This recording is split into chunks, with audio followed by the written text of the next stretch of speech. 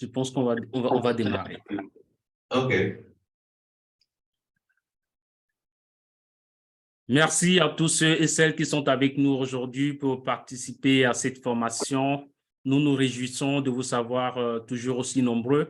C'est un plaisir de savoir que chaque jeudi, vous abandonnez vos activités pour suivre les séries de formations que nous organisons dans le cadre de la conférence mondiale de l'ICFJ pour amplifier la portée des informations fiables.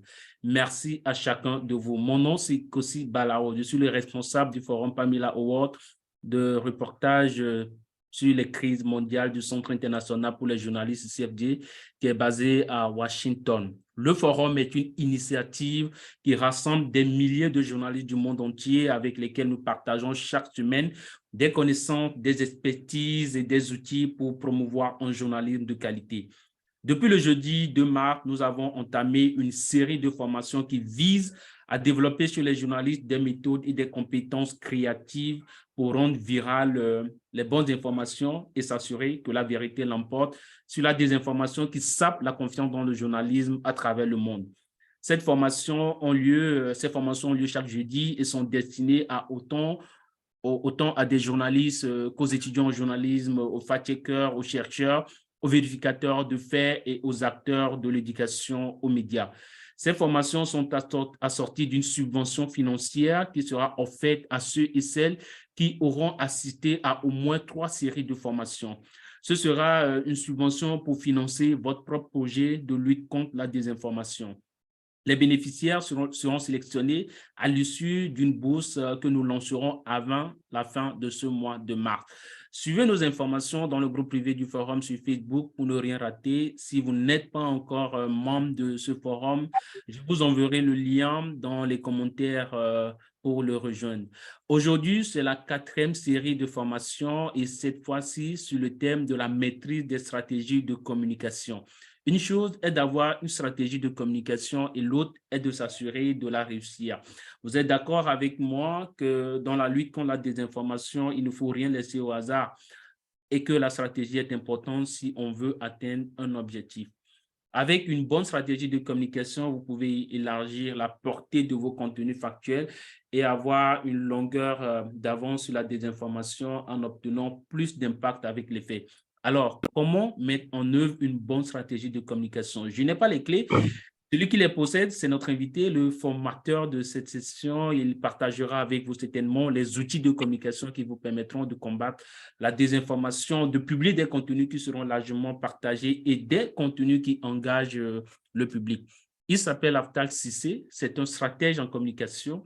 Il a été chargé de cours à l'Université catholique de l'Afrique de l'Ouest, universitaire du Togo, et consultant communication digitale de la Banque ouest africaine de développement. Il est l'actuel responsable de l'agence Compass Communication et auteur de 2 ouvrages. Il a d'ailleurs été le conseiller en stratégie de communication de la Coordination nationale de la gestion de la riposte contre le COVID-19 au Togo. Bonjour, Monsieur Cissé, c'est un privilège pour nous de vous recevoir. Bonjour, cher ami, merci beaucoup pour la présentation, merci pour l'initiative.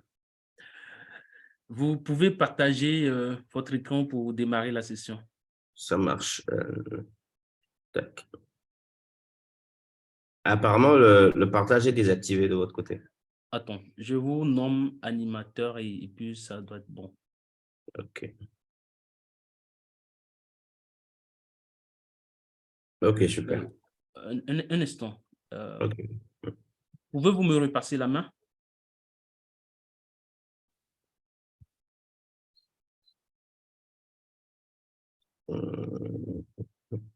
Vous allez OK. sur mon nom, à côté des 3 points, et puis les 3 points qui s'affichent à côté de Noël. Vous mettez... Plus, oui. OK. Vous me nommez animateur. OK, d'accord.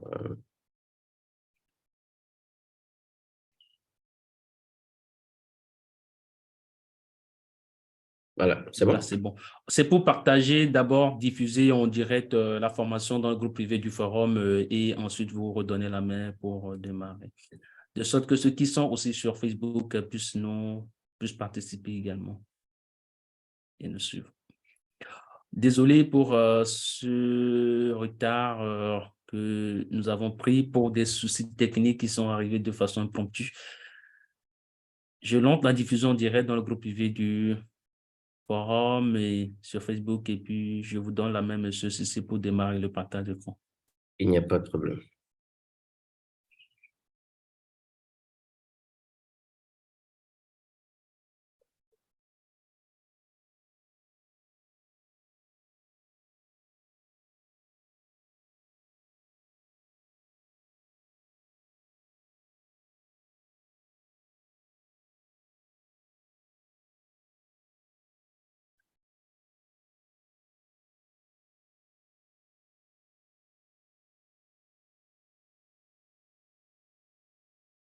Merci infiniment, chers participants, pour votre patience. N'hésitez pas, si vous avez des questions à poser, de les soumettre pour ceux qui nous suivent en direct dans le groupe privé sur Facebook. Mettez vos questions dans les commentaires sous la vidéo. Mais pour ceux et celles d'entre vous qui nous suivent directement via Zoom, vous pouvez entrer vos questionnaires dans la boîte de discussion qui est juste en bas de votre écran.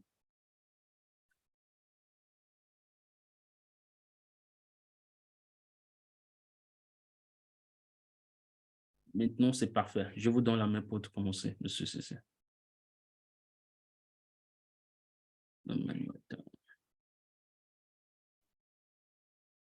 D'accord.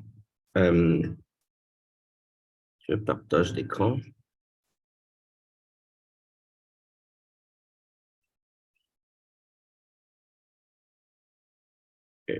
Partager.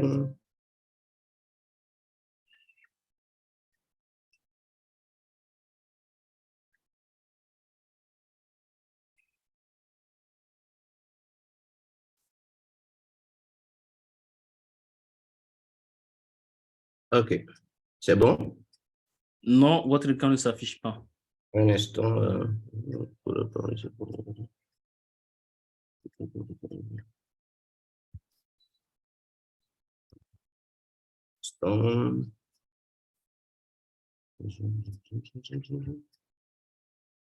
OK. Est-ce que maintenant c'est bon? Non, c'est pas toujours bon. Desktop one, partager. Maintenant, c'est bon. Maintenant c'est bon? OK, super. Maintenant, c'est bon.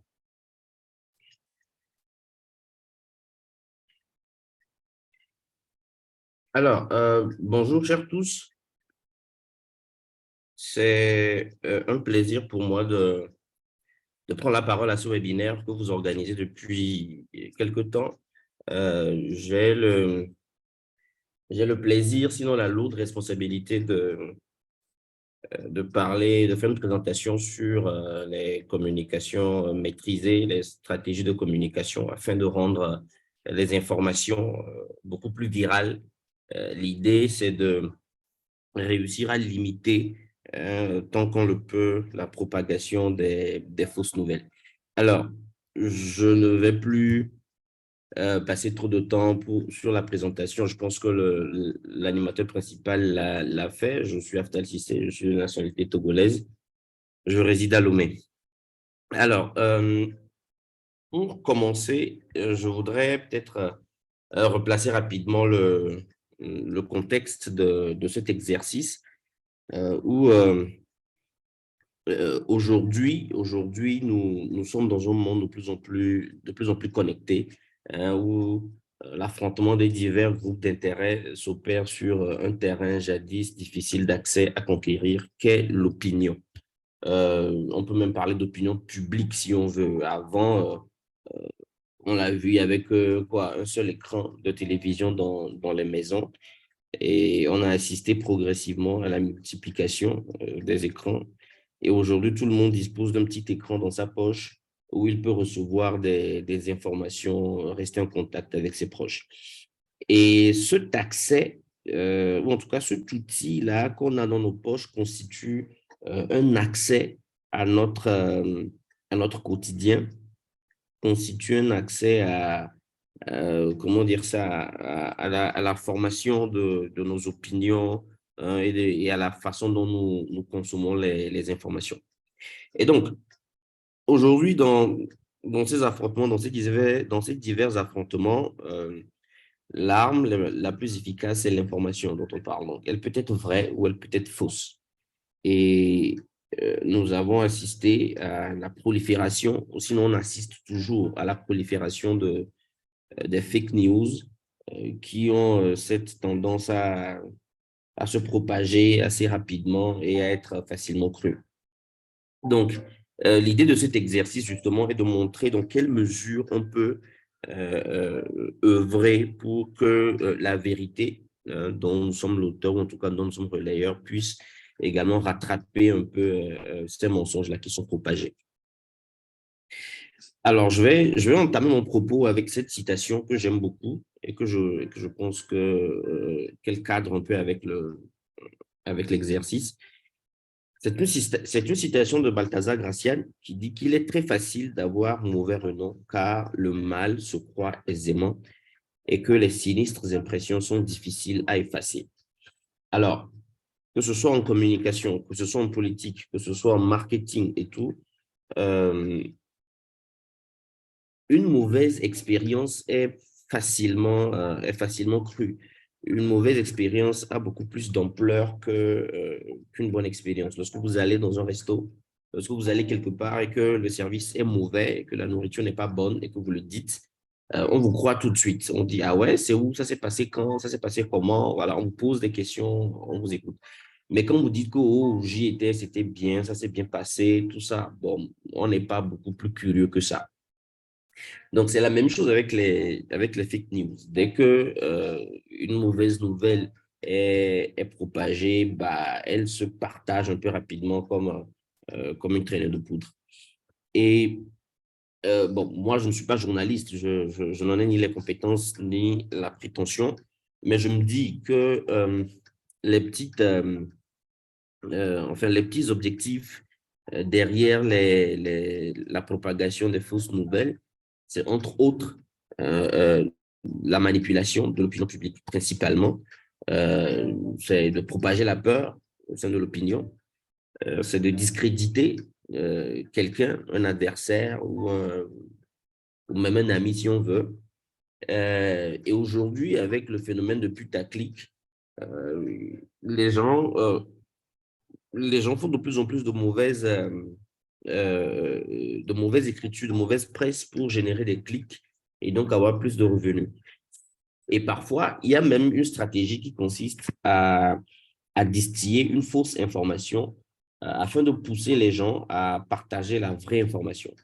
Donc, euh, voilà un peu, enfin, ça c'est entre autres les objectifs que moi j'ai pu noter pour cet exercice-là. Et je tiens à rappeler que la désinformation a plusieurs objectifs en fonction de la situation dans laquelle on se trouve ou de la motivation de ceux qui en sont à l'origine.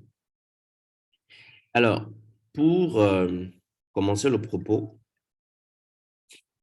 je voudrais déjà même faire une sorte de distinction entre les stratégies de communication et la communication stratégique. Ce sont deux notions qui peuvent se ressembler, mais qui ne sont pas pareilles dans le fond. Alors, les stratégies de communication, évidemment, c'est l'ensemble de tous les plans qu'on met en œuvre pour communiquer sur quelque chose, un événement, un produit ou sur un projet.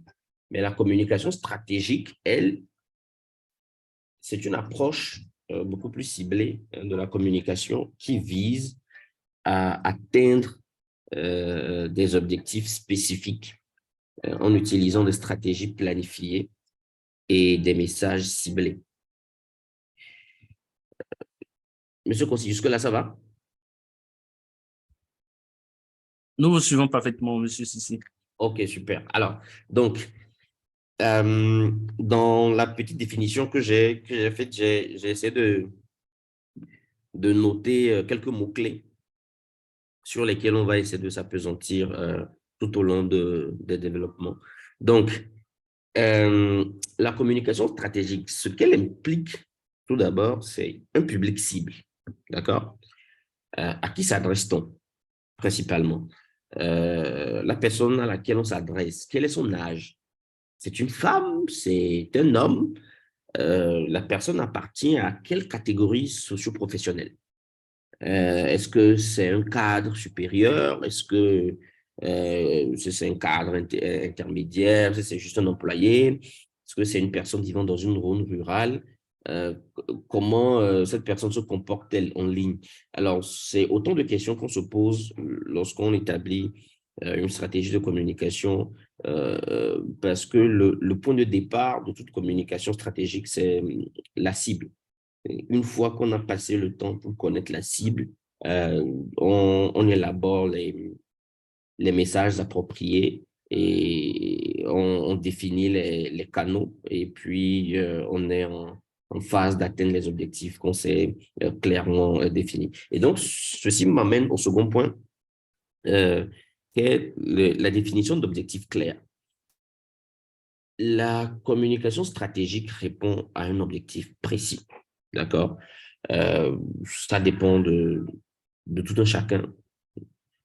Ça dépend de tout un chacun. Mais bon, après, on va circonscrire les objectifs dans le cadre de la thématique qui nous réunit cet après-midi. Alors, quel est l'objectif final de la stratégie, ou en tout cas de la communication stratégique que nous lançons? Et en filigrane, hein, au-delà de tout, quelle est la cause que nous servons? Parce qu'il ne faut pas oublier qu'au-delà de tout, euh, euh, tout est fait, hein, pour les besoins d'une cause. Ensuite, la communication stratégique implique la définition de messages clairs. Il faut que les messages soient assimilables à la cible, hein. Il faut arriver à adopter le langage de la cible. Il faut trouver les mots, il faut trouver les tons appropriés et avoir une trame en fond, hein, et savoir moduler le message tout en gardant le sens principal de son message. Et ensuite, il faut définir les canaux de communication, les canaux sur lesquels on va partager ces messages-là et tout.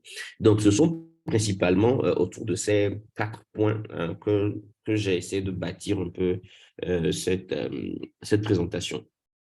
Donc, nous allons les développer au fur et à mesure. Alors, il faut garder à l'esprit que la communication stratégique est une planification à long terme. C'est une planification à long terme. Il ne s'agit pas de faire un truc pour résoudre un problème immédiat ou pour atteindre un objectif d'un mois ou deux. C'est une stratégie qu'on pense sur le long terme, sinon le très long terme. On parle de plusieurs années d'aboutissement. Alors, au-delà de la planification à long terme, il faut une évaluation de l'efficacité des messages au fur et à mesure que la stratégie est déployée. Et cette évaluation permet de réviser constamment les stratégies, en tout cas les divers plans qu'on met dans le déroulé de la stratégie en fonction justement des résultats obtenus. Donc, quand on dit planification à long terme, on parle de patience, de constance surtout, et de fréquence. Bien, ça sont des éléments qu'on verra un peu plus tard. Le premier point, donc, de la présentation, telle que je le disais tout à l'heure, c'est la définition de la cible. Qu'est-ce que nous poursuivons? Qui est-ce que nous poursuivons? Qui est-il? D'accord? Que fait-il dans la vie? Parfois, on pousse le vice beaucoup plus loin, à savoir, mais c'est quoi ses habitudes de vie? La personne gagne combien? La personne a l'habitude de manger où? La personne a l'habitude d'utiliser quel gadget? Est-ce que la personne est beaucoup plus Android ou iPhone?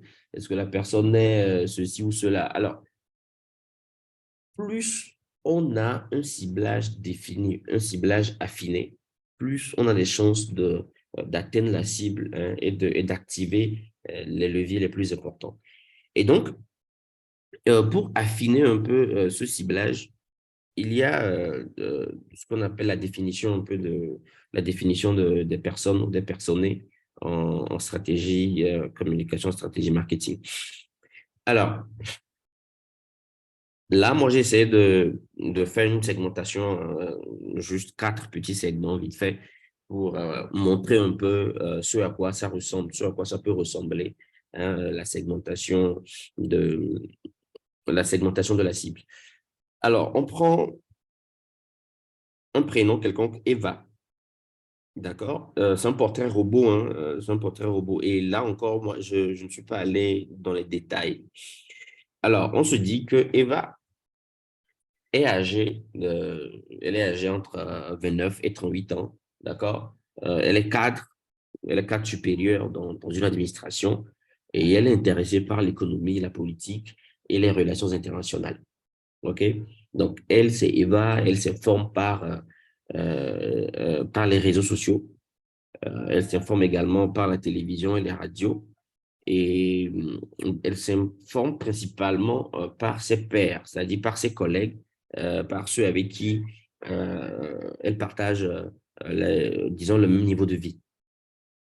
Et donc, quand on va aller quand on va essayer de préciser un peu cette habitude de consommation de l'information, on dira par exemple que sur les réseaux sociaux, elle consulte des sites d'information, d'accord? Et quels sont les sites d'information qu'elle consulte? Ça peut être RFI, BBC ou CNN, je dis n'importe quoi. Meta ici est mis pour Facebook et Instagram. Donc, elle se connecte également à Facebook et Insta pour lire un peu les nouvelles, pour s'informer, lire les pages économiques et tout ce qui va avec. Elle est plus ou moins active sur Twitter où elle suit l'actualité de pas mal de sites d'information qui y sont. Et puis, elle se connecte fréquemment sur LinkedIn également parce qu'elle est quand même cadre supérieur et elle a un regard actualisé sur son fil d'actualité sur LinkedIn. Et après, elle est également câblée à tout ce qui est euh, chaîne de télévision traditionnelle ou chaîne étrangère. Bon, dans notre cas ici au Togo, on va parler de la TVT. Euh, quelles sont les télévisions étrangères qu'on regarde encore plus? Peut-être TV5 Monde, France 24, pour s'informer, Africa 24 et tout ce qu'on veut. Alors, il existe des outils de mesure de l'audience. Bon, ici au Togo, il n'y en a pas vraiment de vraiment développé. On est obligé de s'appuyer sur des prestataires externes pour avoir ces mesures-là. Et donc après, quand je dis audience, ici, c'est une façon de dire que des EVA, il y en a peut-être 8 000 dans le pays. D'accord? On se dit qu'il y a 8 000 EVA hein, qui ont entre 29 et 38, 29 et 38 ans, hein, qui s'informent via les réseaux sociaux, via les canaux traditionnels et via comment l'appelle-t-on, les networking et les afterwork. Ensuite, nous allons prendre une dame, Martha, ok, qui est une revendeuse hein, au marché de Toti ou au marché de Kigali, je dis n'importe quoi. Et elle n'a pas plus de 35 ans, ok. Et voilà, c'est une revendeuse de tomates. Et évidemment, quand on dit marché, on dit gossip, on dit discussion salée, on dit voilà. Et donc, étant au marché, elle, ce qui la préoccupe, c'est des sujets de société, d'accord? Le divorce, le mariage, euh, voilà, tout ce qui concerne la société, la famille. Et elle, étant au marché, elle passe quoi? Toute une journée au marché. Évidemment, elle n'a pas son téléphone accroché à ses doigts H24. Et donc, il y a peut-être un poste de radio à côté d'elle là-bas où elle écoute une radio communautaire. Euh, et quand, entre deux clients, elle prend son téléphone pour regarder un peu rapidement ce qui s'est dit dans un groupe WhatsApp ou regarder rapidement TikTok. Et donc, on se dit qu'une telle personne, ils sont peut-être quoi, 700 000 dans le pays. C'est une estimation. 700 000 dans le pays, revendeuses comme ça qui s'informent via les discussions au marché, via TikTok et via WhatsApp. Ensuite, un autre segment, c'est peut-être un certain Jean-Marc qui est un étudiant, ok, ou qui vient à peine de finir sa licence ou sa maîtrise, qui n'a pas plus de 30 ans, qui est intéressé par la politique le sport, évidemment, peut-être le foot et tout ce qui va avec. Alors, il a l'habitude de se connecter via les réseaux sociaux, de s'informer via les réseaux sociaux et de regarder plus ou moins la télé, euh, principalement les chaînes sportives ou après des chaînes d'information rapidement. Mais après, il est souvent connecté parce que voilà, il fait des recherches en ligne, il rend des devoirs en ligne. Voilà, et il aime traîner sur TikTok, sur Facebook, Instagram et sur quelques sites d'information. Et on peut avoir une estimation du nombre d'étudiants dans un pays. Il suffit d'aller sur le site du ministère de l'enseignement supérieur. Donc là, moi, je dis n'importe quoi. Je me dis qu'on a peut-être 250 000 étudiants dans le pays, un peu comme Jean-Marc et tout.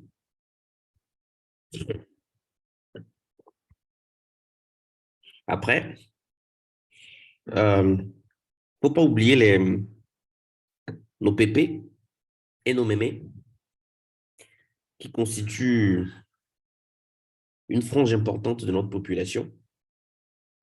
D'ailleurs, bon, je ne veux pas dire que ce sont eux qui absorbent le plus les nouvelles, mais je dis qu'ils sont beaucoup plus informés parfois que nous autres jeunes, parce qu'ils ont plus de temps, hein, étant retraités, ils n'ont pas grandes activités à faire, donc ils écoutent la radio, ils manipulent le téléphone dans le canapé, euh, enfin entre deux discussions avec des doyens d'âge et tout. Voilà, et donc le gars, ou en tout cas les PP, ils sont intéressés par la politique, euh, les relations internationales, les sujets de société. Alors, sujets de société, politique, parce que, bon, voilà, eux, ils attendent impatiemment le virement de leur pension chaque 28 du mois. Et si jamais un chef d'État fait une annonce comme quoi les virements sont suspendus, bah, ça les concerne directement. Donc, eux, ils sont tout le temps connectés, ils sont tout le temps à l'affût de la moindre information. Et ils s'informent via les radios, via les réseaux sociaux, la télévision. Déjà, ils ont passé toute leur carrière à regarder la TVT parce qu'ils guettent des nominations, je dis n'importe quoi peut-être. Euh, je regarde également des télévisions étrangères, entre autres. Et après, sur les réseaux sociaux, le principal réseau qu'ils aiment, qu'ils affectionnent, c'est WhatsApp. Ensuite, YouTube et aujourd'hui TikTok. Alors, vous aurez remarqué que TikTok est revenu plus ou moins plusieurs fois. C'est parce que aujourd'hui, TikTok représente quand même un phénomène sur les réseaux sociaux. On ne l'a pas du tout vu venir, mais aujourd'hui, TikTok a su conquérir absolument toutes les franges de la population. Que ce soit des vieux, que ce soit des jeunes, que ce soit des professionnels, que ce soit des revendeuses, que vous soyez cadre supérieur ou pas vraiment instruit, vous avez quand même accès à TikTok et il y a du contenu qui est adapté à vous. D'accord? Les gens consomment énormément de la vidéo. Ils ont su trouver un format qui fonctionne. Et donc, euh, plus vous avez des canaux comme ça qui captent l'attention, plus vous avez des réseaux de distribution d'informations, qu'elles soient vraies ou fausses. Et là, nous avons vu quoi, peut-être quatre catégories rapidement, hein. Eva, Martha, Jean-Marc et André. C'est une catégorisation grosso modo, d'accord? Elle est un peu caricaturale. Si c'était une action marketing, parce que là, il faut vendre, on aurait affiné beaucoup plus cette catégorisation pour aller jusqu'à 12 catégories, histoire d'activer les meilleurs leviers. Donc, l'exercice préalable, c'est de déterminer la cible. Une fois qu'on a affiné la cible, qu'on sait plus ou moins qui ils sont, on, on établit les objectifs de communication, en tout cas les objectifs de stratégie. Alors, ici, j'ai scindé les objectifs en deux slides.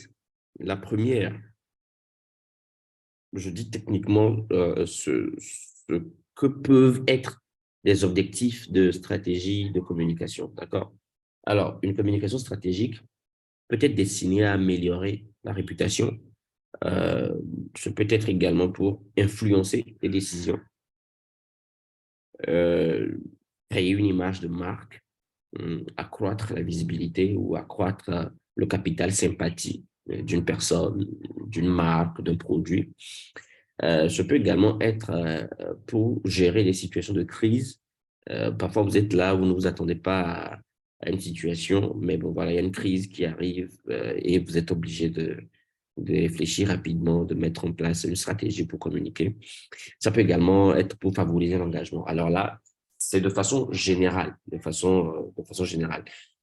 En l'espèce, en tout cas, de façon thématique, de façon pour en venir au thème de notre discussion, c'est principalement de prendre de l'avance sur les fake news, euh, de situer l'opinion parce que euh, l'opinion, on ne va pas dire que l'opinion se laisse facilement manipuler, mais bon, elle peut avoir été induite en erreur.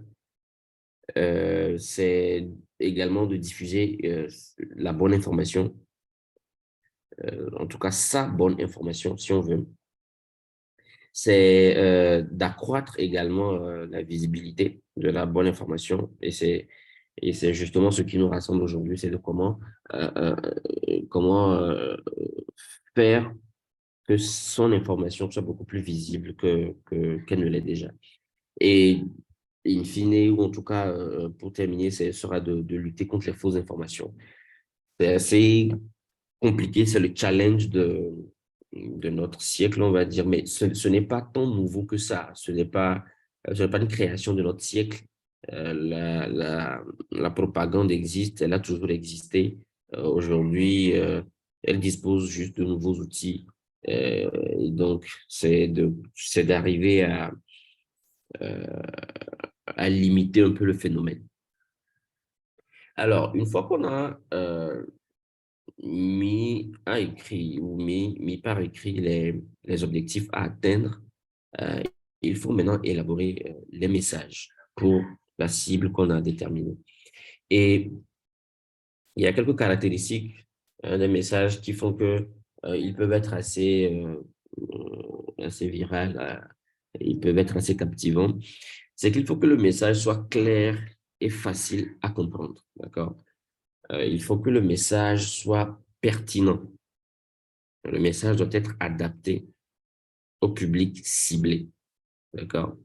Vous ne pouvez pas vouloir vous adresser à des gens qui écoutent une radio communautaire et élaborer un message en anglais de Shakespeare. Ça peut pas passer.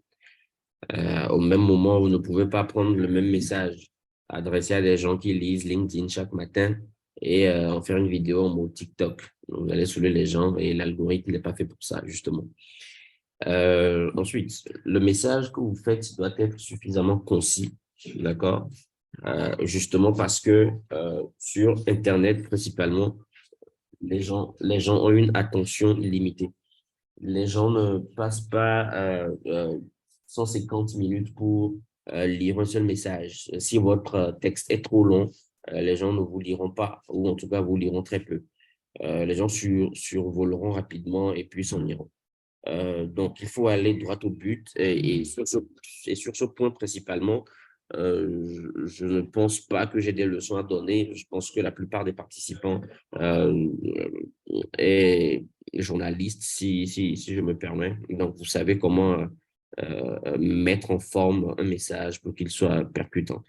Le message doit également être approprié et structuré, toujours en fonction de la cible. Le problème de nos jours, c'est que on a soit un bon message et un mauvais messager, soit on a un mauvais messager et avec une mauvaise cible, soit on a une bonne cible avec le mauvais message, ou voilà, et vice-versa. Donc, dans l'un ou l'autre des cas, le message ne passera pas, ou en tout cas, il passera difficilement parce que la forme que vous aurez donnée à votre message ne passe pas sur ce canal, ne passe pas à cette cible, parce que le format que vous aurez adopté n'est pas adapté à cette plateforme. Alors, il faut que le message je parle surtout pour les messages qu'on publie en ligne, il faut que le message incite à une action. Dans la communication digitale, on parle de call to action. C'est une façon de créer beaucoup plus d'engouement, de créer beaucoup plus d'interaction avec sa cible et tout ce qui va avec.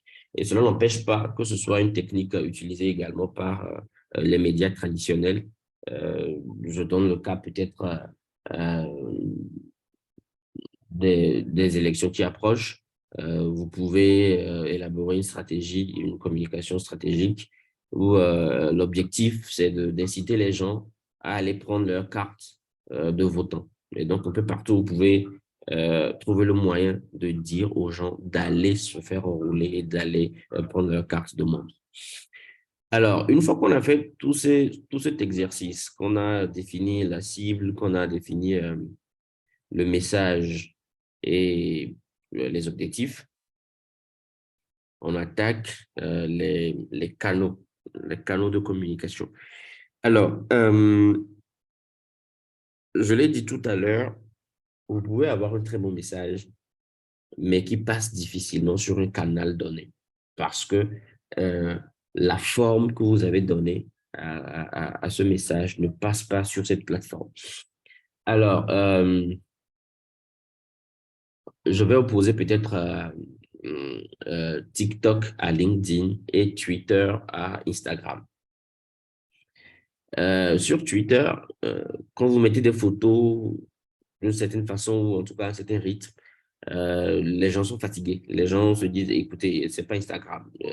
Si vous voulez faire des photos, c'est Instagram. Donc, les gars sur Twitter vous diront qu'ils sont pas là pour regarder des images, ils sont pas là pour regarder des vidéos. Même si aujourd'hui, il y a une sorte de... il y a une sorte, enfin, on assiste un peu à une sorte d'uniformisation de l'information sur chaque canal. Vous aurez remarqué que même sur Twitter aujourd'hui, on a des vidéos en verticale. YouTube, à la base, qui était une plateforme de vidéos et qui avait son format défini, a aujourd'hui commencé par faire des stories avec des formats verticaux. Et cette tendance est née de TikTok un peu, ou même de Snapchat, si on veut dire. Et elle a même été reprise par Instagram et même par Facebook. Donc, nous allons avancer rapidement. Donc, le choix des canaux intervient lorsqu'on a correctement défini sa cible et identifié clairement ses habitudes de consommation de l'information. Sur LinkedIn, par exemple, vous ne pouvez pas venir mettre des vidéos, un peu comme sur TikTok, là, vous demandez aux gens de vous abonner. Sur LinkedIn, ça ne fonctionne pas comme ça. Parce que justement, sur LinkedIn, les gens veulent élargir leur réseau professionnel. Les gens veulent connaître plus de gens dans leur sphère professionnelle et tout. Donc, quand vous venez mettre des vidéos aussi pertinentes soient-elles, ça va passer difficilement. De la même façon, quand vous voulez utiliser LinkedIn, non, quand vous voulez utiliser TikTok, et que vous mettez l'essentiel du message dans la description de la vidéo, au lieu d'en faire la vidéo directement, vous ne touchez pas la cible.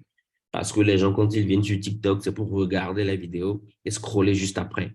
Au pire des cas, c'est pour lire les commentaires, quand il y en a, pas pour venir lire de longues descriptions et tout et tout. Donc, il faut vraiment choisir le bon canal et adapter le message à ce canal-là. Donc, un instant.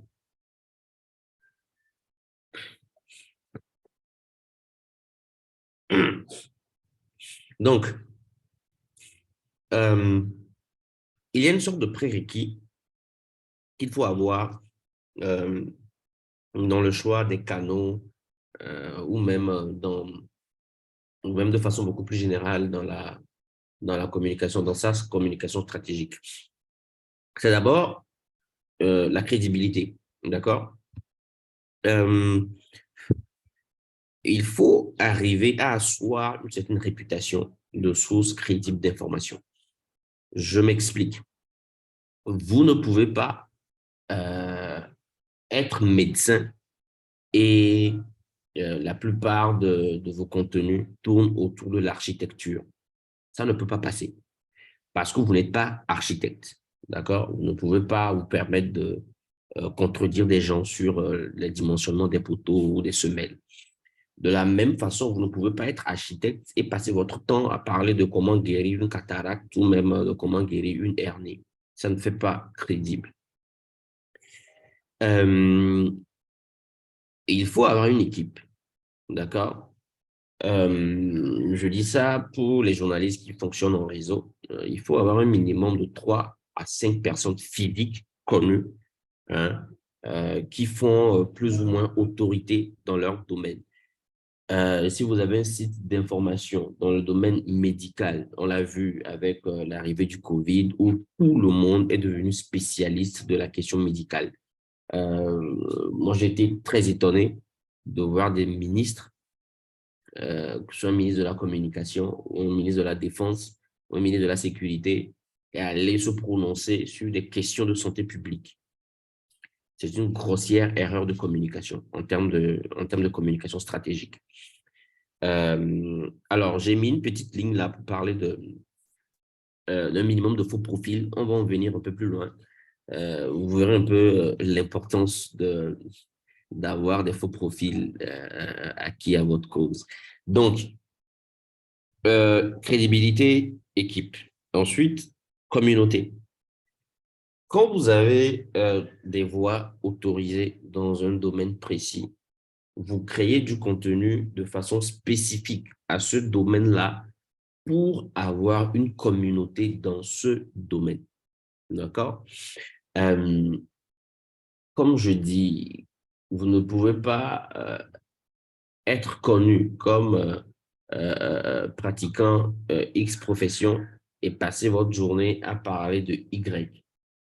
À un moment, vous allez perdre un peu vos followers ou vos abonnés, si on peut se permettre ce terme. Donc, il faut segmenter son audience en communautés thématiques, hein, éclater un peu des noyaux pour avoir des leaders d'opinion un peu éclatés dans chaque thématique précise. Et ensuite, avoir ce que j'appelle un point focal. Un point focal dans les catégories des cibles qu'on aura définies. Je m'explique. Celui que les architectes écoutent beaucoup plus, par exemple, et qui se laisse convaincre par lui, ne peut pas forcément parler aux revendeurs de tomates au grand marché. Donc, et même aujourd'hui, on remarque ce type d'erreurs que les communicants font généralement, surtout dans le choix des influenceurs, on griffe ou des créateurs de contenu. C'est de prendre des personnes qui peut-être sont calées dans un domaine précis et sur un canal précis pour qu'ils aillent parler de quelque chose d'autre à une autre cible. Ça ne fonctionne pas, ça peut pas marcher. Et aujourd'hui, par exemple, nous autres jeunes, je dis n'importe quoi, vous allez voir peut-être la tranche féminine. Bon, ok, je veux pas être sexiste. Vous allez prendre une tranche beaucoup plus jeune qui connaît, par exemple, un coach ou une certaine coach sur les réseaux sociaux, alors que nos parents qui sont des retraités ne connaissent pas cette coach-là. Eux, nos parents retraités qui traînent sur YouTube, eux, ils connaissent peut-être Gédéon de la Tchétchoua, je dis n'importe quoi. Ils connaissent tel prophète, ils connaissent X, ils connaissent Y. Donc, si vous n'avez pas bien cerné votre cible et si vous n'avez pas bien maîtrisé ses habitudes, vous allez vous appuyer sur de mauvais relais. Vous allez vous appuyer sur de mauvais points focaux et donc le message ne va pas passer. Parce que autant nous, jeunes, nous écoutons une certaine coach sur Facebook, autant cette coach énerve nos parents. Donc, autant nos parents écoutent les prophètes ou ceux qui leur disent de donner tel montant de dîmes à l'église, autant ces faux prophètes, enfin, autant ces prophètes-là nous énervent, nous autres jeunes. Donc, vous voyez que ça fait deux mondes différents, mais ça fait, comment on dit ça, la même population qu'il faut convaincre. Donc, il faut trouver le moyen que le même message parvienne à ces deux univers-là, que en apparence tout sépare. Vous voyez un peu. Donc, c'est là tout le challenge de la communication stratégique. Euh, Alors, ça sont les prérequis. Sur la forme, et ça, peut-être, ça fera l'objet d'une autre intervention, si vous voulez, ou sinon d'un approfondissement pendant la séance de questions-réponses, hein. Alors, je vais essayer de citer rapidement les principaux réseaux ou les principaux canaux, si on veut.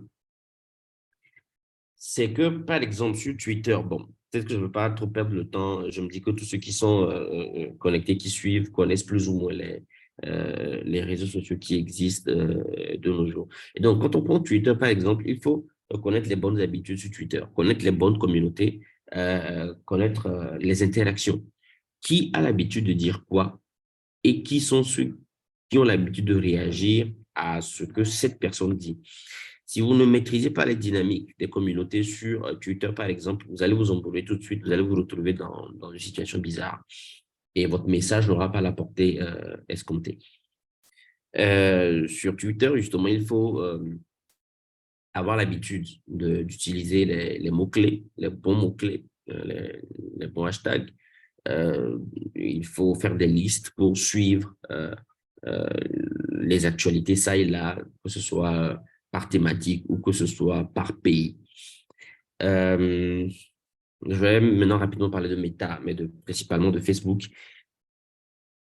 En se disant, sur Facebook aujourd'hui, il y a plusieurs univers qui se partagent Facebook. Vous avez par exemple des gens qui viennent et qui lisent uniquement l'actualité de leurs amis, d'accord? Et ils se déconnectent. Ils s'arrêtent là. Ils ne lisent pas tout ce qui est page, ils ne vont pas dans les groupes, ils n'en ont rien à foutre. Ils viennent juste sur Facebook pour lire un peu les actualités de leurs potes.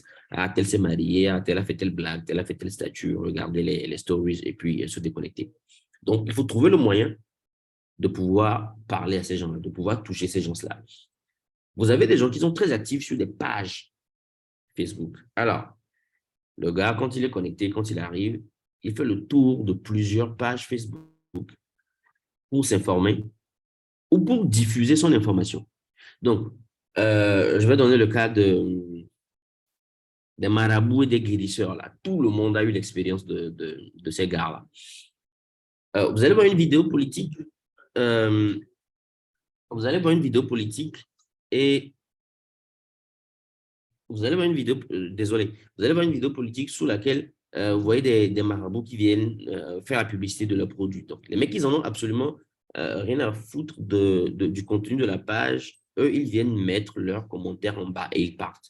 C'est un peu du spam, mais les gens le font. Et le message passe quand même. Et qu'on le veuille ou non, malheureusement, ils continuent pas à avoir des pigeons. Vous avez des gens qui font le tour des groupes, d'accord? Quand ils viennent, ils sont dans les groupes d'anciens élèves de NDA, anciens élèves de collège protestant, anciens ceci, anciens cela. Voilà, donc ils passent leur temps dans les groupes et tout ce qui va avec. Vous avez des gens qui viennent sur Facebook juste pour regarder les vidéos. Parce que justement, aujourd'hui, Facebook a créé une section Watch où il y a uniquement des vidéos que vous pouvez regarder. Donc, c'est de trouver le moyen de s'adresser à tous ces consommateurs-là, à tous ces gens-là qui viennent sur Facebook. Alors, vous pouvez, comment dire ça, au-delà de scruter ces canaux, vous pouvez également prendre contrôle de ces canaux-là, créer des groupes, hein, faire des vidéos, créer des pages de façon thématique pour avoir des abonnés, pour avoir des followers. On va approfondir ça un peu plus loin. Vous pouvez également faire des vidéos pour YouTube. Hein. Ça, c'est une façon de créer le contenu soi-même. OK?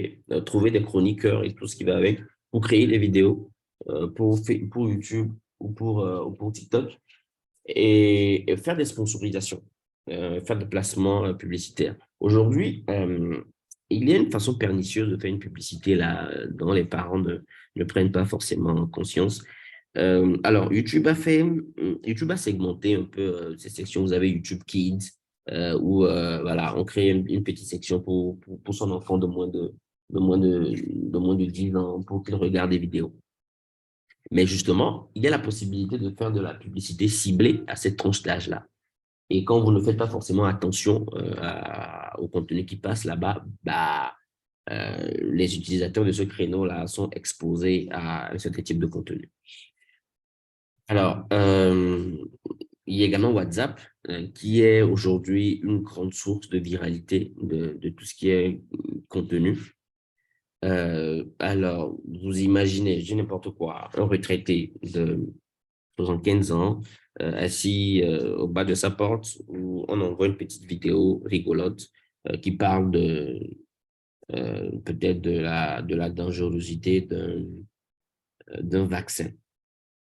Il regarde la vidéo, il se dit, ah, tiens, je vais informer quelques amis. Et ce PP fait partie de 4 groupes WhatsApp. Un groupe de son église, un groupe de sa chorale, un groupe de ses promotionnaires, un groupe voilà, d'amis. Et dans chaque groupe minimum, il y a, disons, 25 personnes, minimum, dans chaque groupe. Donc, vous imaginez, quand ce PP partage cette vidéo, dans les 4 groupes, où la portée minimale est de 25 personnes par groupe, en un seul clic, la portée devient de plus en plus grande. Et maintenant, imaginez si chaque personne de ce groupe-là décide de repartager à son tour cette vidéo. Si jamais c'est une fausse nouvelle, bah, ce sera difficile à rattraper. Et en termes de canaux, on a également les canaux traditionnels que sont la télévision et les radios. Aujourd'hui, on a beau crier le digital, on a beau célébrer les nouvelles technologies de l'information et de la communication, mais les créneaux traditionnels restent imbattables sur pas mal de plans. Par exemple, on a beau tout dire, au Togo, par exemple, à 20 heures, la TVT, la télévision nationale, est la chaîne la plus suivie sur toute l'étendue du territoire. Donc, ça reste un créneau, ça reste une audience potentielle à capter. Alors, quand on parle de chaînes traditionnelles, on parle peut-être des opérations de relations publiques. Vous pouvez mettre en place avec une agence de communication ou avec une agence spécialisée en relations publiques, mettre une petite opération RP pour diffuser son information, la vraie ou histoire de rattraper un peu histoire de rattraper un peu les fakes. Sur les créneaux traditionnels également, on peut publier des tribunes ou des opinions. Vous avez des sites d'information sur lesquels on peut partager des interviews. Il y a un instant. Tac.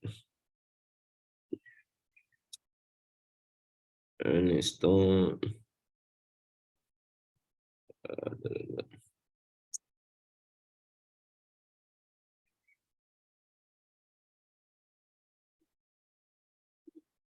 Alors,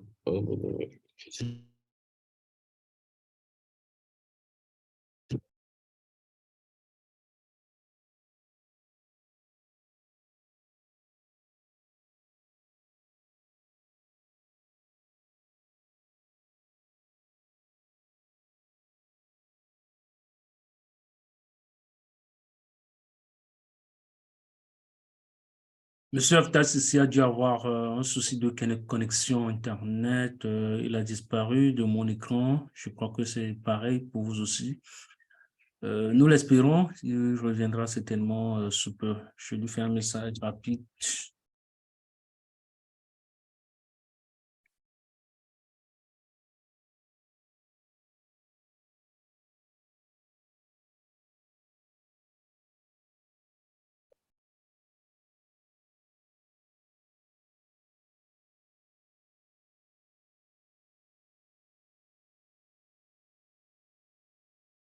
C'est un souci technique. Il sera bientôt avec nous. On a encore 30 minutes à passer ensemble. Je crois qu'il a terminé puisque c'est 1 heure de session de formation et 30 minutes. qui sont réservés aux questions éventuelles des participants. Donc, il sera là pour répondre aux nombreuses questions que nous avons reçues. Et si vous avez toujours des questions, n'hésitez pas à les poser dans la boîte de discussion ou pour ceux qui nous suivent via Facebook dans les commentaires. L'objectif, je rappelle encore, de ces formations, c'est d'aider les journalistes à pouvoir concevoir des projets qui luttent contre la désinformation. Et la dernière session de cette série de formations que nous avons entamée depuis le jeudi 2 mars se termine le Ah, jeudi prochain. Ah, il est là. je suis là, Voilà. je suis là, désolé.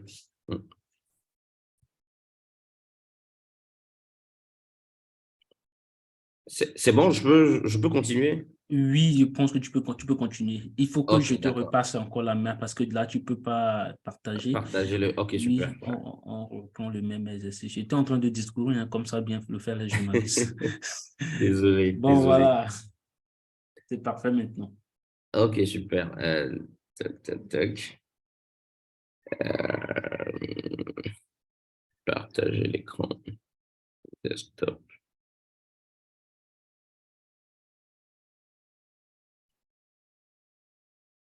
Ok. Donc, voilà. Donc, j'étais sur la partie TV radio, opération de relations publiques.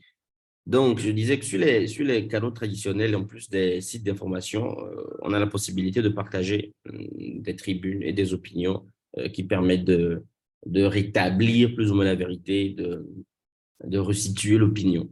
Alors, je lisais un article la dernière fois qui disait il vaut mieux ne pas s'attaquer frontalement à la fake news parce que en parler ne fait que rappeler la fausse nouvelle. Et c'est de trouver des voies et moyens beaucoup plus pertinentes hein, pour la combattre. Alors, sur le fond, j'en parlais tout de suite en amont où ce serait intéressant, par exemple, d'avoir ou de faire recours à des faux profils. Euh, alors, l'idée, en fait, c'est de jouer au jeu de, des fabricants de fake news. Euh, on ne s'en rend peut-être pas compte, mais ceux qui, ceux qui diffusent des fausses nouvelles ont des plans, ont des stratégies assez huilées. Et euh, ce n'est pas forcément fortuit, ce ne sont pas des actions isolées, d'accord? C'est une stratégie huilée qui est mise en place pour amplifier les fausses nouvelles. La preuve, vous allez pouvoir démasquer pas mal de faux profils sur les réseaux sociaux, Twitter en l'occurrence, qui sont spécialisés dans le relais d'éléments de langage, ça et là. Ça peut avoir des buts divers, que ce soit politique, économique ou d'influence étrangère. On l'a encore remarqué dans le cas du Mali récemment. On le remarque encore à ce jour avec Wagner. Et enfin, pour les journalistes que vous êtes, vous avez dû être au courant de l'opération Carthage qui a été démantelée par Facebook il y a de cela quelques mois, enfin une année de cela, je pense. Donc,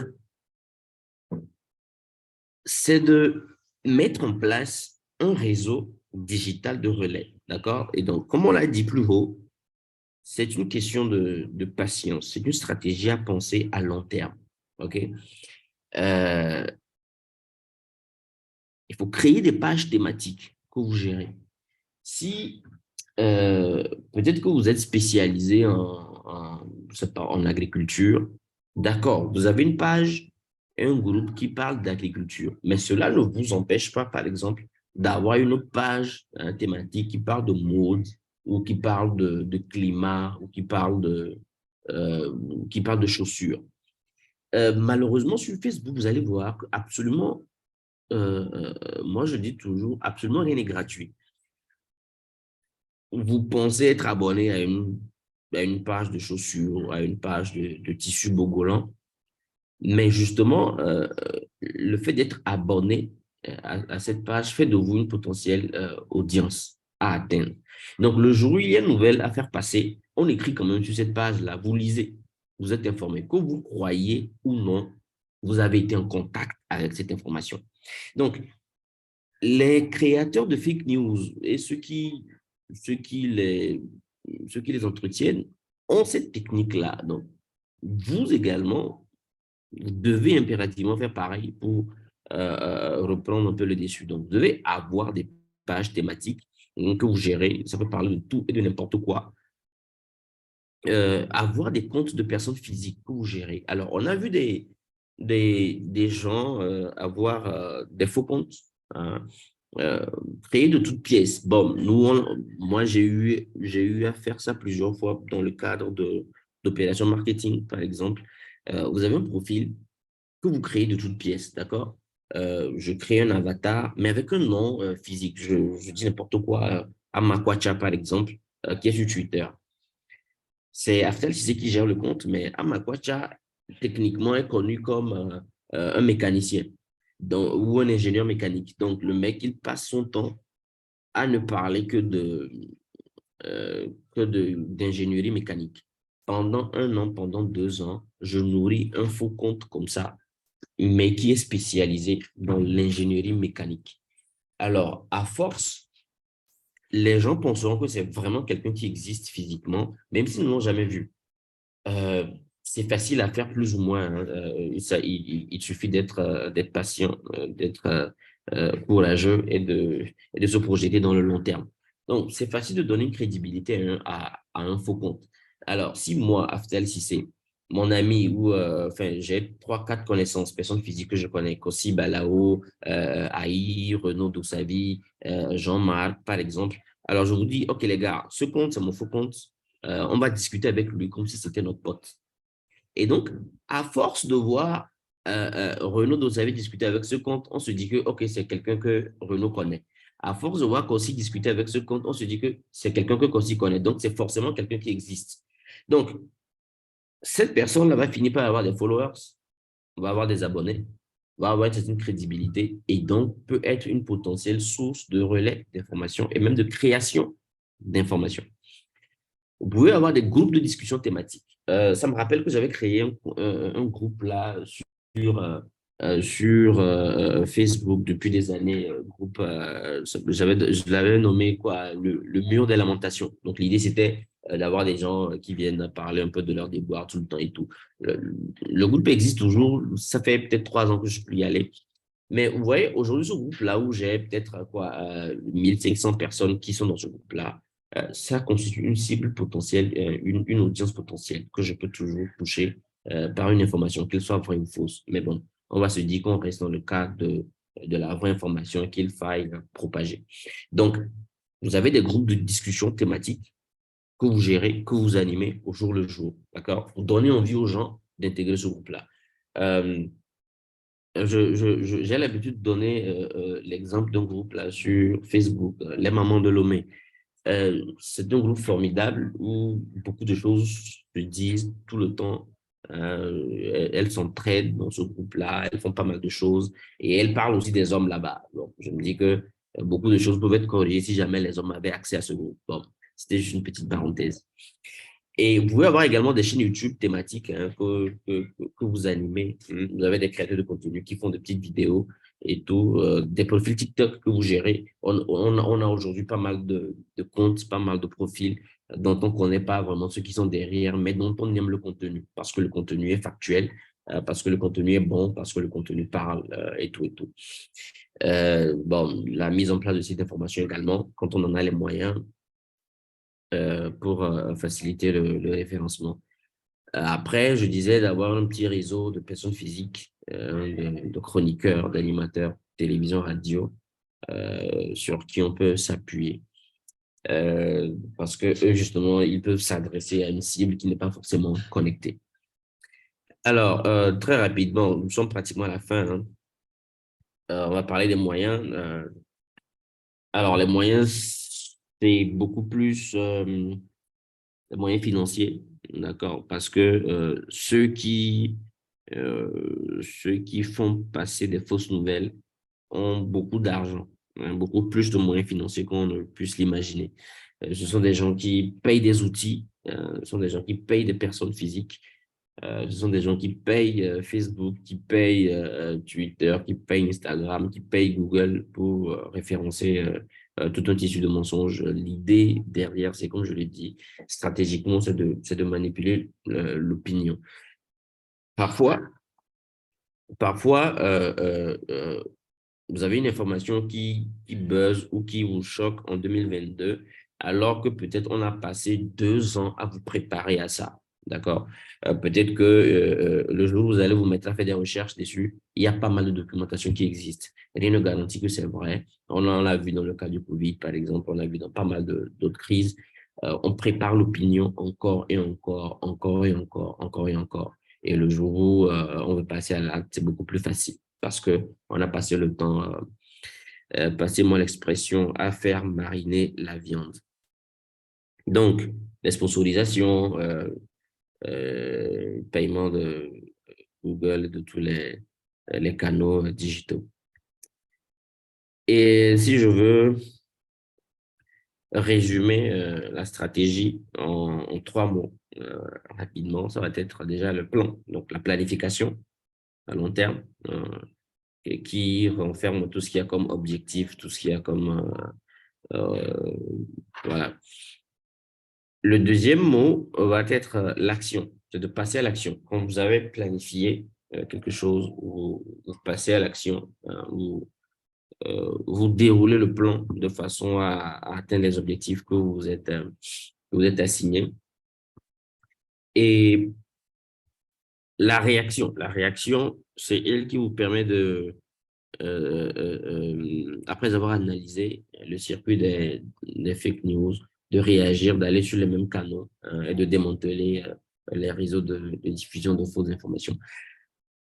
Donc, ça va être les 3 principaux mots qui vont résumer un peu tout ce qu'on a vu plus haut.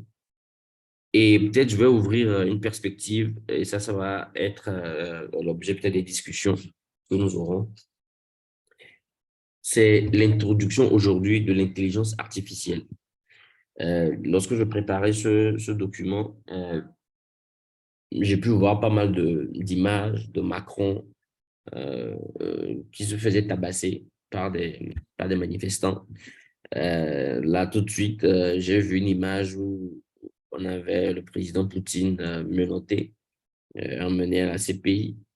Et les ressemblances sont troublantes, hein. Les ressemblances sont troublantes. Aujourd'hui, le fake, le deepfake est poussé à un niveau très, très, très élevé. Il faut redoubler d'ardeur, il faut redoubler de moyens, tant humains que financiers, et surtout se remettre soi-même en question.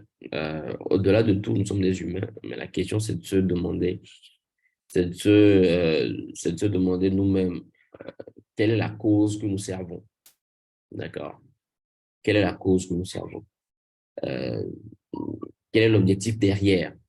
C'est de toujours avoir en filigrane ce questionnement-là pour pouvoir trier le vrai de l'ivraie.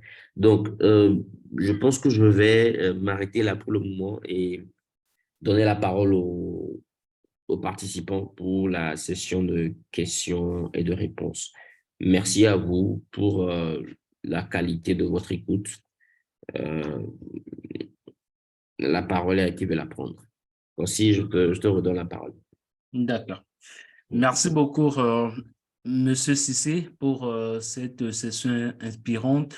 Euh, Nous avons reçu énormément de questions des participants. Je commence par celle-ci qui a été posée, la première. Comment accroître la visibilité de la bonne information ou d'un contenu factuel? Oui, Bon, je sais pas si est-ce que tu peux, en attendant, me passer la main? Oui, un instant. Je sais pas, il y a un instant. Arrêtez le diapo. Il y a mon écran qui est encore parti.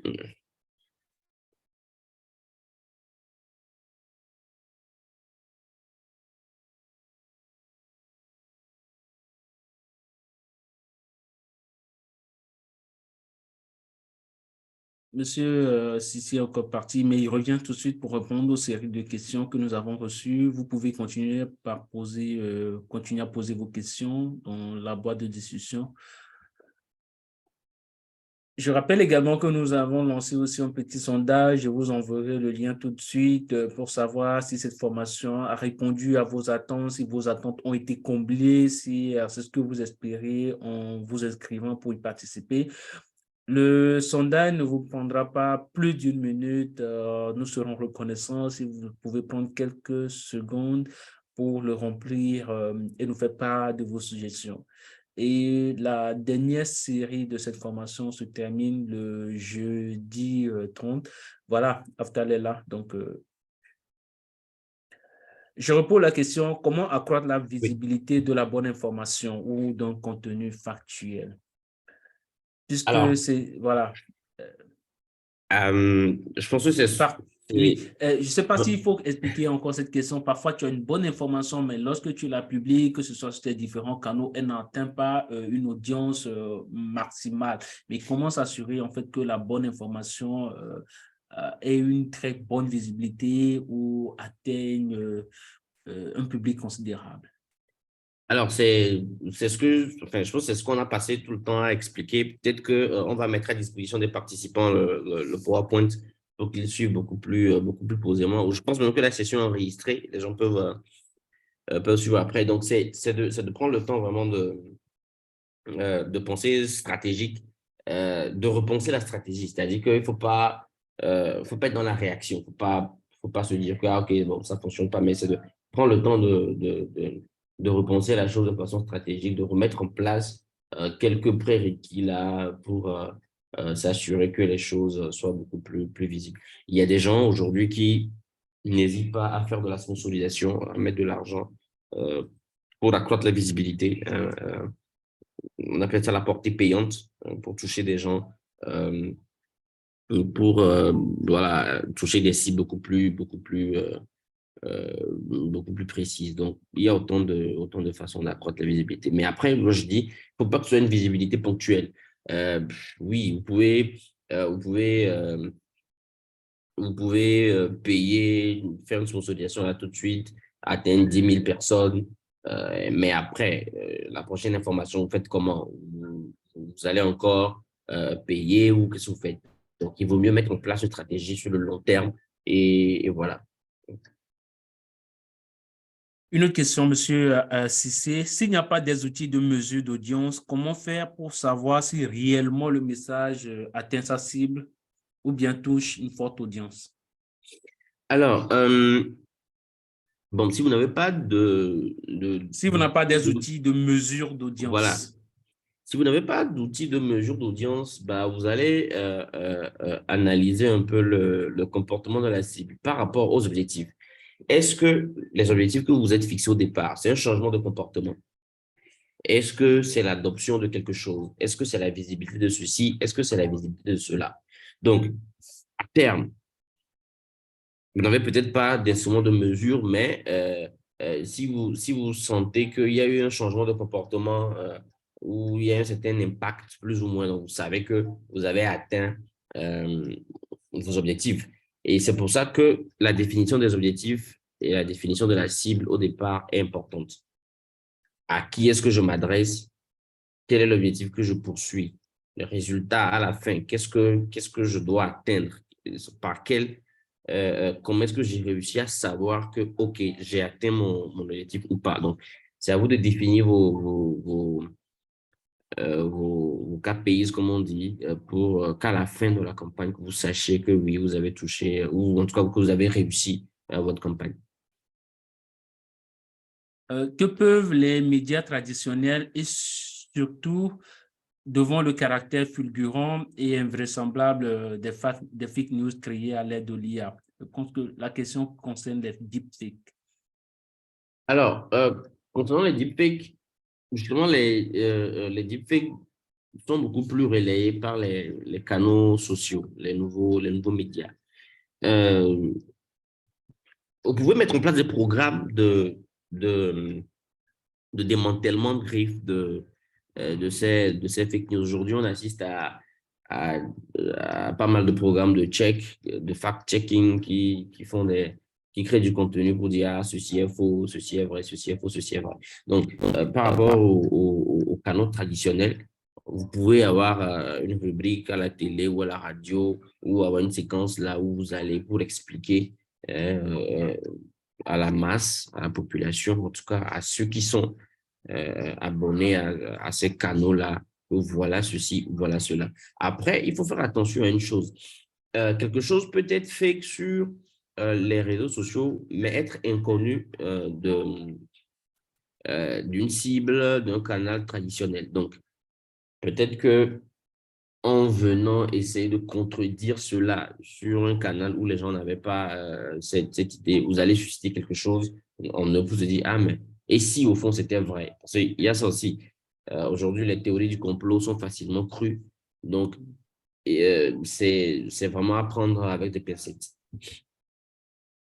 Une autre question, quelle stratégie de communication pour rendre virale une information à travers, par exemple, un podcast vidéo? On l'a dit tout au long de la présentation. Pour ceux qui le demandent ou ceux qui le souhaitent, mais ça, c'est une information valable pour tous les participants. Nous vous enverrons le document de présentation, le PowerPoint à la fin que vous pouvez exploiter. Encore une autre question, comment miser sur toutes les cibles à la fois? Euh, Miser sur toutes les cibles à la fois, il faut déjà les connaître, il faut déjà les identifier. Et si vous les avez identifiés et que vous avez suffisamment de moyens pour les atteindre, vous pouvez aller dessus. Sinon, bah, c'est au cas par cas. Quelles sont les clés les plus, je rappelle l'instant des questions des participants, quelles sont les clés les plus spécifiques que le panéliste peut nous proposer pour les stratégies de communication? J'ai pas bien compris. Quelles sont les clés les plus spécifiques? Je pense que Les clés les plus spécifiques. oui, c'est la question, monsieur Cissé. Je pense que voilà, Euh, ce sont les clés, ce sont tout ce qui a été dit au cours de cette séance. Euh, euh, je prends cette question aussi. Ne trouvez-vous pas que la notoriété d'une personne a aussi une influence sur ses publications sur les réseaux sociaux? oui, absolument.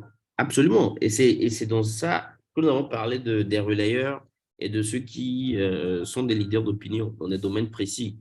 Après, c'est de ne pas prendre tout le monde pour un messie. C'est pas parce qu'on a 10 000 followers que tout ce qu'on dit est intelligent. On a vu des gens très suivis, mais qui sont foncièrement cons, excusez-moi les termes. Donc, ce n'est pas tant le nombre de personnes qui suit, ce n'est pas tant la notoriété ou l'activité d'une personne qui rend forcément crédible, c'est dire. Mais après, il ne faut pas oublier de faire appel à sa jugeote aussi. Une question de ligne. Euh, Pourquoi la communication est-elle stratégique et comment rendre une communication stratégique en période de crise? Je pense que la personne aura les éléments de réponse dans le document.